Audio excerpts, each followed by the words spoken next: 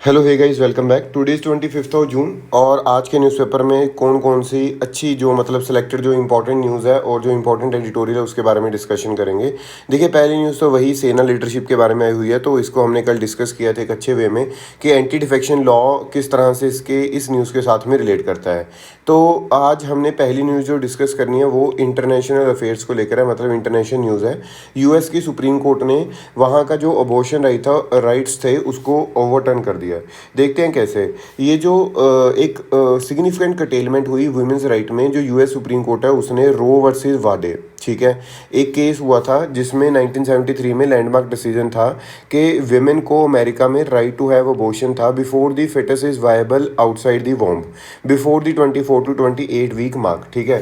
24 to 28 week mark मतलब जो weeks हैं उससे पहले तक जो अबॉर्शन था वो एक राइट माना जाता था और वो प्रोवाइड किया गया था। यूएस की मतलब ये जो रो वर्सेस वादे करके एक केस था उस टाइम पे प्रोवाइड किया गया, लेकिन अभी इसको ओवरटर्न कर दिया गया है। उन्होंने बोला कि जो रूलिंग है is expected for some weeks now कि ये जो चीज़ें हैं उसको बंद कर दिया जाएगा और काफ़ी जो लोग हैं वो शॉक में चले गए हैं। जो अबॉर्शन राइट्स हैं which have been available to women for over 2 generation will now be determined by individual states. मतलब ओवरऑल लेवल पे तो ये इसको अब हम बंद करने जा रहे हैं, लेकिन जो इंडिविजुअल स्टेट्स है वो फिर सोचेंगी। अब कोई स्टेट प्रोवाइड करेगी, कोई स्टेट प्रोवाइड नहीं करेगी, मे बी सारी कर दें, लेकिन ज़रूरी नहीं है कि सारी की सारी स्टेट प्रोवाइड करेगी, कोई करेगी और कोई नहीं करेगी। सो जो कॉन्स्टिट्यूशन है makes no reference to abortion.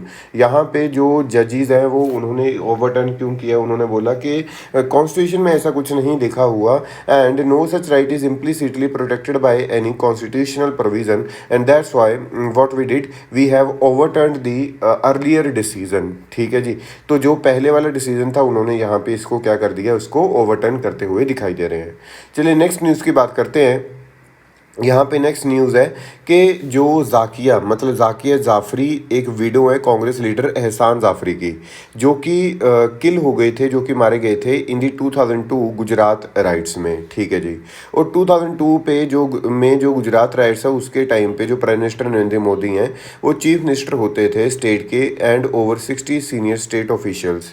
तो यहाँ पे ये अगेंस्ट उनके था कि भाई ये जो चीज़ है उन्होंने करवाई है कि वो सुप्रीम कोर्ट में भी गए कि भी ये जो क्लीन चिट एसआईटी ने भी दी है मोदी को, वो गलत है, मतलब बिल्कुल ही जो पार्ट है वो गलत हो जाएगा और इस वजह से आपको ये केस को दोबारा देखना चाहिए। लेकिन सुप्रीम कोर्ट ने बोला कि अगर फेलियर हो किसी सर्टन ऑफिशियल्स का can not be inferred as a state sponsored crime against the minority community and that's why जो आप चीज़ बोल रहे हो वो गलत है और हम आपकी जो चीज़ है इसको रिजेक्ट करते हैं। और जो एसआईटी ने बोला है कि ये क्लीन है बंदा, तो वो हम क्लीन चिट को आगे बढ़ाते हैं, ठीक है जी।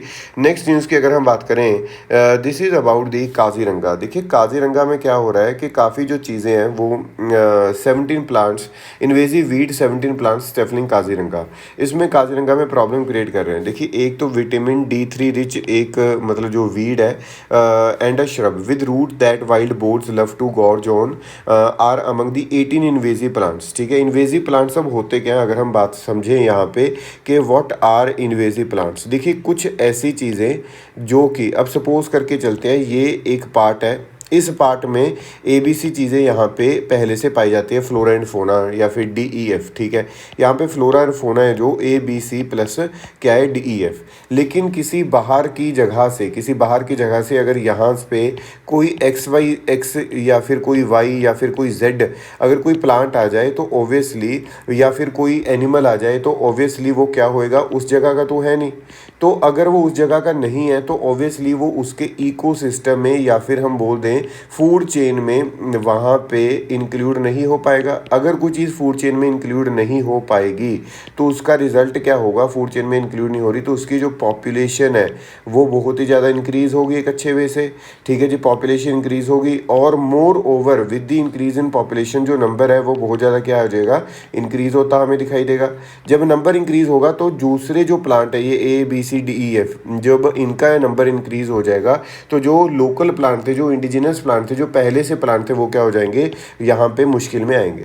इसी तरह से एक एग्जांपल है किसकी, रैबिट की। देखिए जो रैबिट है वो originally it not belonged to Australia, ठीक है जी, originally not belonged to Australia, Australia से बिलोंग नहीं करता था कौन, रैबिट, लेकिन उसको इंट्रोड्यूस कर दिया जाता है।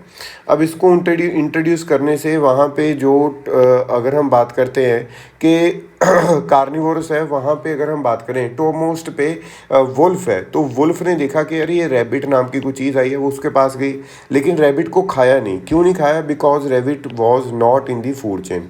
अब रैबिट की नेचुरल डेथ तो लेट होएगी, उसकी जो डेथ है मतलब खाने से उसको वो हो नहीं रही, क्योंकि वुल्फ ने उसको खाना बंद कर दिया, उसने खाना छोड़ दिया, क्योंकि उसको पता नहीं था ये क्या चीज़ है।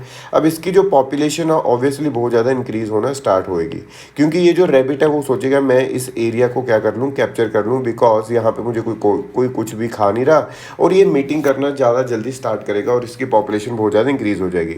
अब इसकी पॉपुलेशन जब ऑस्ट्रेलिया में बहुत ज़्यादा इंक्रीज़ होती है, अब उससे क्या होता है, जो वीट है वहाँ पे उस टाइम पे सारी की सारी वीट को ये तबाह कर देते हैं, ख़राब कर देते हैं। और ऑस्ट्रेलिया उस टाइम पे जो वीट है पहले वो एक्सपोर्ट करता था, दूसरी कंट्रीज़ को भेजता था, लेकिन उन ईयर्स में इसको इम्पोर्ट करना पड़ा। तो ये इस चीज़ को बोलते हैं invasive alien species.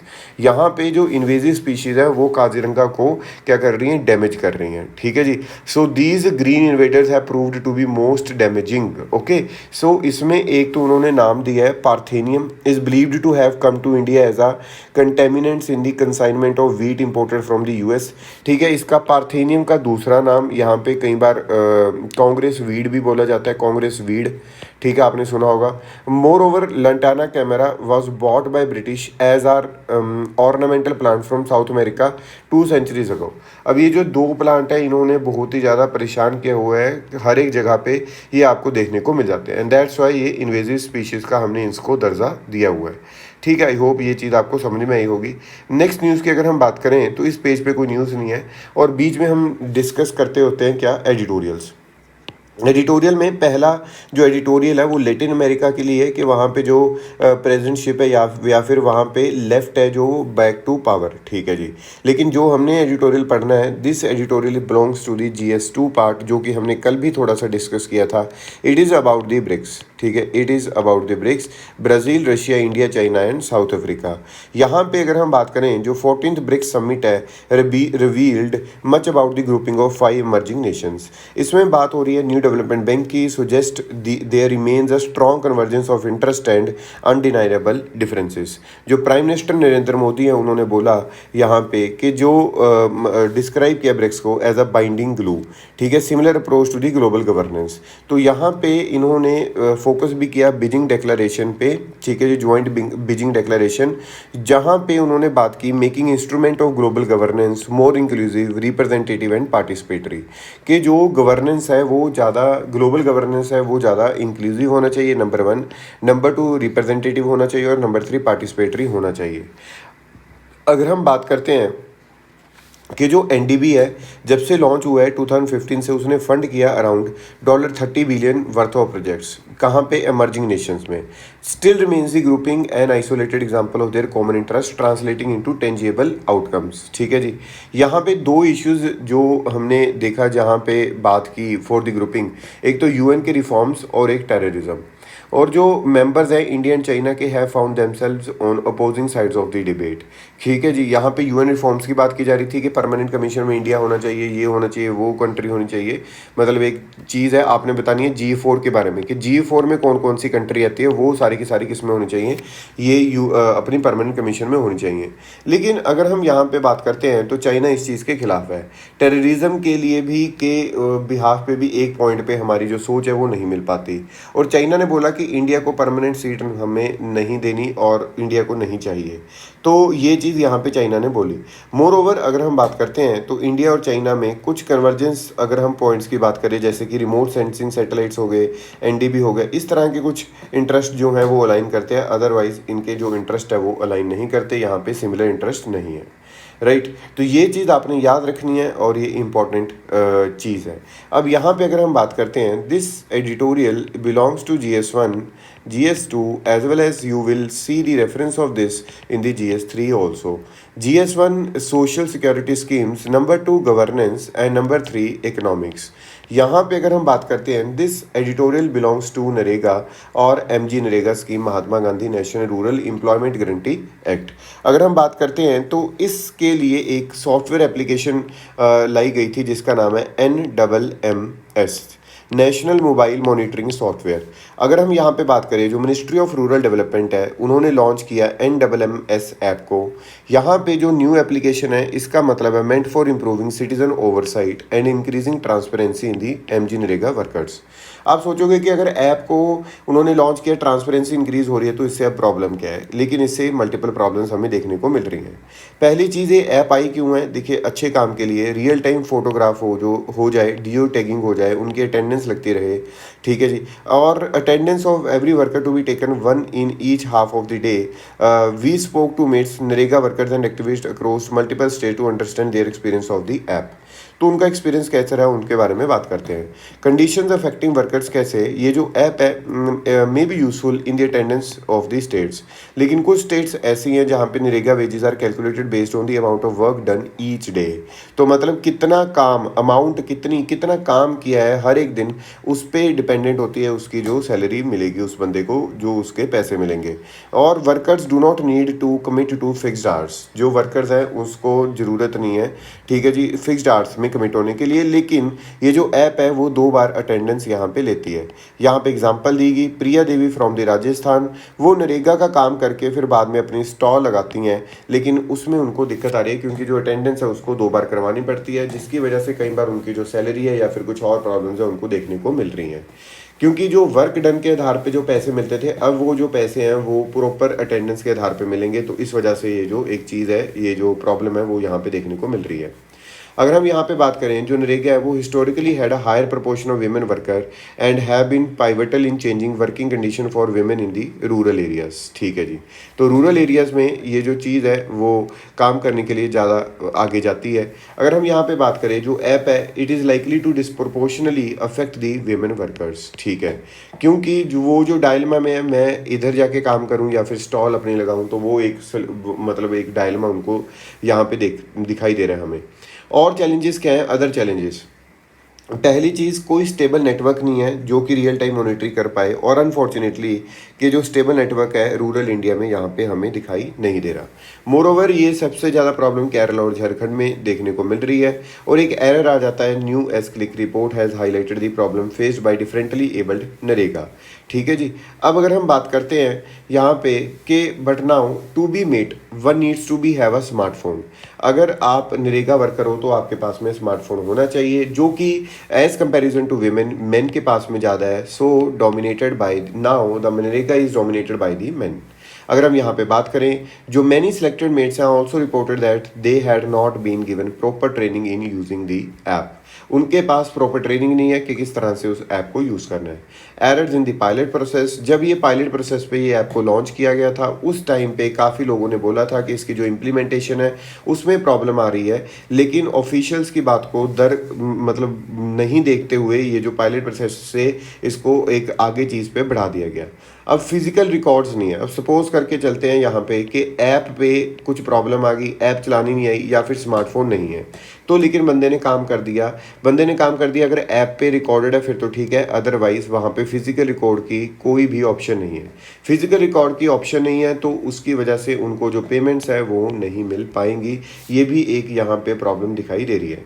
More over, जो करप्शन है वो राइज हो रही है, प्रॉब्लम इन दी नरेगा, और जो फंड्स हैं वो क्या हो रहे हैं, यहाँ पे डाइवर्ट होते हुए दिखाई दे रहे हैं बाय फेकिंग अटेंडेंस फेक लगती हुई दिखाई देती है।